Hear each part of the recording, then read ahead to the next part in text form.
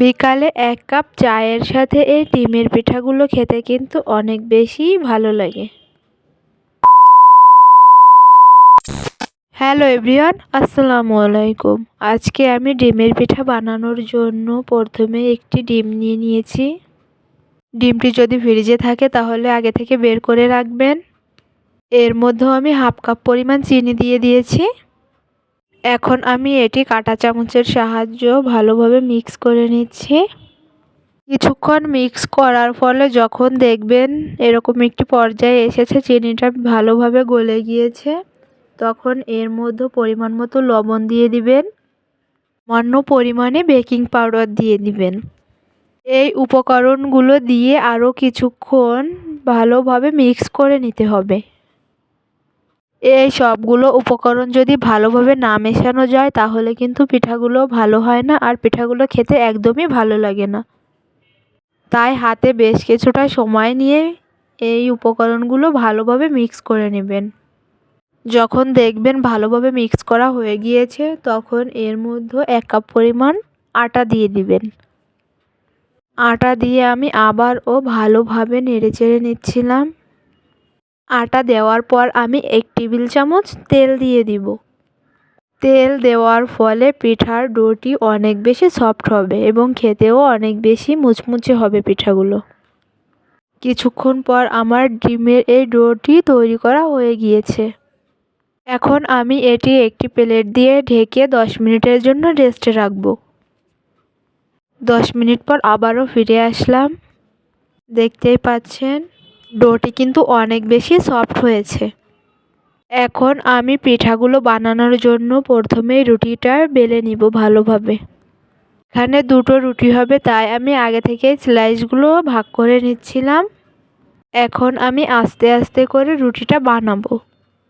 এখানে একটি জিনিস অবশ্যই খেয়াল রাখতে হবে, রুটিটা যেন কোনোভাবেই পাতলা না হয়ে যায়, আবার অনেক বেশি মোটা না হয়ে যায়।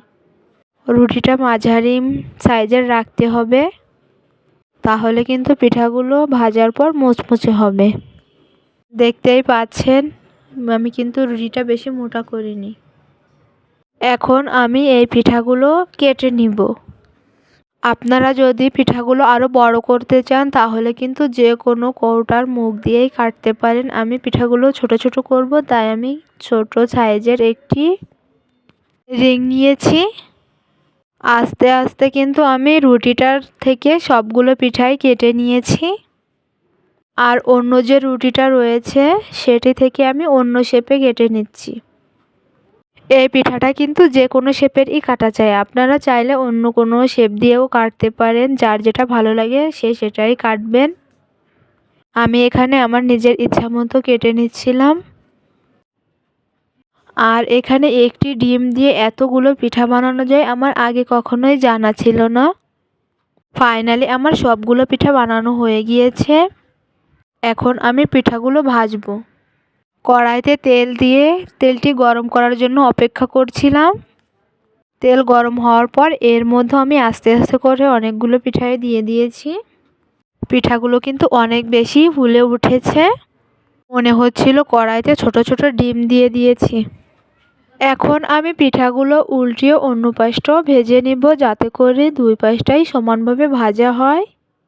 দেখতে দেখতে আমার সবগুলো পিঠাই ভাজা হয়ে গিয়েছে। আমি এখন পিঠাগুলো উঠিয়ে রাখব। আপনারা চাইলেও বাসায় খুব সহজে পিঠাগুলো বানিয়ে খেতে পারেন। পিঠাগুলো খেতে কিন্তু অসাধারণ। আমি আপনাদের একটি ভেঙে দেখিয়ে দিচ্ছি পিঠাগুলোর ভিতরে কতটা ক্রিস্পি হয়েছে। আজকের ভিডিওটি এখানেই শেষ করছি। ভিডিওটি ভালো লাগলে লাইক কমেন্ট শেয়ার করবেন, আমার চ্যানেলটি সাবস্ক্রাইব করবেন। আল্লাহ হাফেজ।